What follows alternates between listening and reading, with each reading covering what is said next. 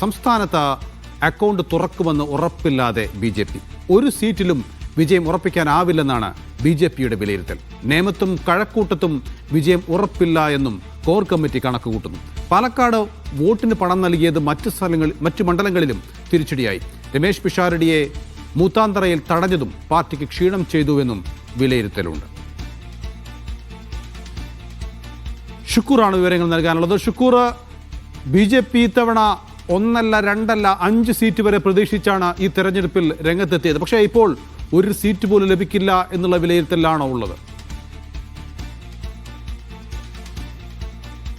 നൗഫൽ, പാലക്കാട്, മഞ്ചേശ്വരം, നേമം, കഴക്കൂട്ടം ഈ സീറ്റുകളിലെങ്കിലും വിജയിക്കാനാകുമെന്നൊരു പ്രതീക്ഷ തെരഞ്ഞെടുപ്പിന് മുമ്പ് അവർക്കുണ്ടായിരുന്നു. എന്നാൽ തെരഞ്ഞെടുപ്പിന് ശേഷം ചേർന്ന BJP കോർ കമ്മിറ്റി യോഗത്തിൽ ഒരിടത്തും വിജയം ഉറപ്പിക്കാനാകില്ല എന്നൊരു വിലയിരുത്തലാണ് നടത്തിയത്. അതേസമയം മാധ്യമങ്ങളോട് അവർ വിശദീകരിച്ചത്, അതായത് അനൗദ്യോഗികമായി വിശദീകരിച്ച് 11 സീറ്റുകളിൽ വരെ വിജയസാധ്യത ഉണ്ട് എന്നുള്ളതാണ്.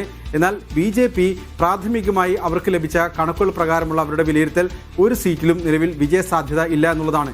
നേമവും കഴക്കൂട്ടവും വിജയിക്കുമെന്നൊരു പ്രതീക്ഷ അവസാനം വരെ അവർ വെച്ചു പുലർത്തി. എന്നാൽ അവിടുത്തെയുള്ളൊരു വോട്ടിംഗ് പാറ്റേൺ പരിശോധിച്ചപ്പോൾ, തെരഞ്ഞെടുപ്പിന് ശേഷം അത് കണക്കുകൾ പരിശോധിച്ചപ്പോൾ അവിടെയും വിജയിക്കാനാവുന്ന ഒരു സാഹചര്യമില്ല എന്നുള്ളതാണ് കണക്കുകളുടെ അടിസ്ഥാനത്തിൽ അവർ വിലയിരുത്തിയത്.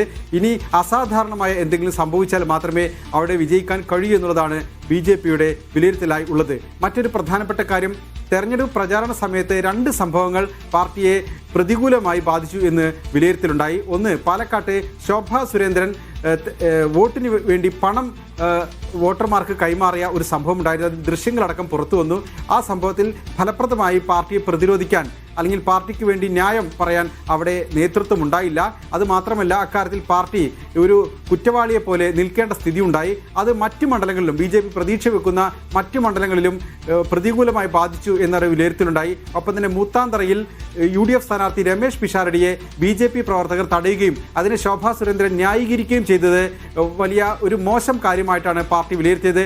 അതും കേരളം പോലെയുള്ള ഒരു സംസ്ഥാനത്ത് ഒരിക്കലും വോട്ടർമാർ വെച്ചു പൊറുപ്പിക്കാത്ത സംഭവമാണ്. അത് തിരിച്ചറിയുന്നതിലും ഫലപ്രദമായി ഇടപെടുന്നതിലും സ്ഥാനാർത്ഥി അടക്കമുള്ള പരാജയപ്പെട്ടു എന്നുള്ളതും പാർട്ടി നേതൃത്വം വിലയിരുത്തുന്നു. അതുകൊണ്ട് തന്നെ ഈ തെരഞ്ഞെടുപ്പിൽ ഒരിടത്തും പാർട്ടിക്ക് അക്കൗണ്ട് തുറക്കാനാകില്ല എന്നൊരു വിലയിരുത്തലാണ് പൊതുവായി BJPക്കുള്ളത്.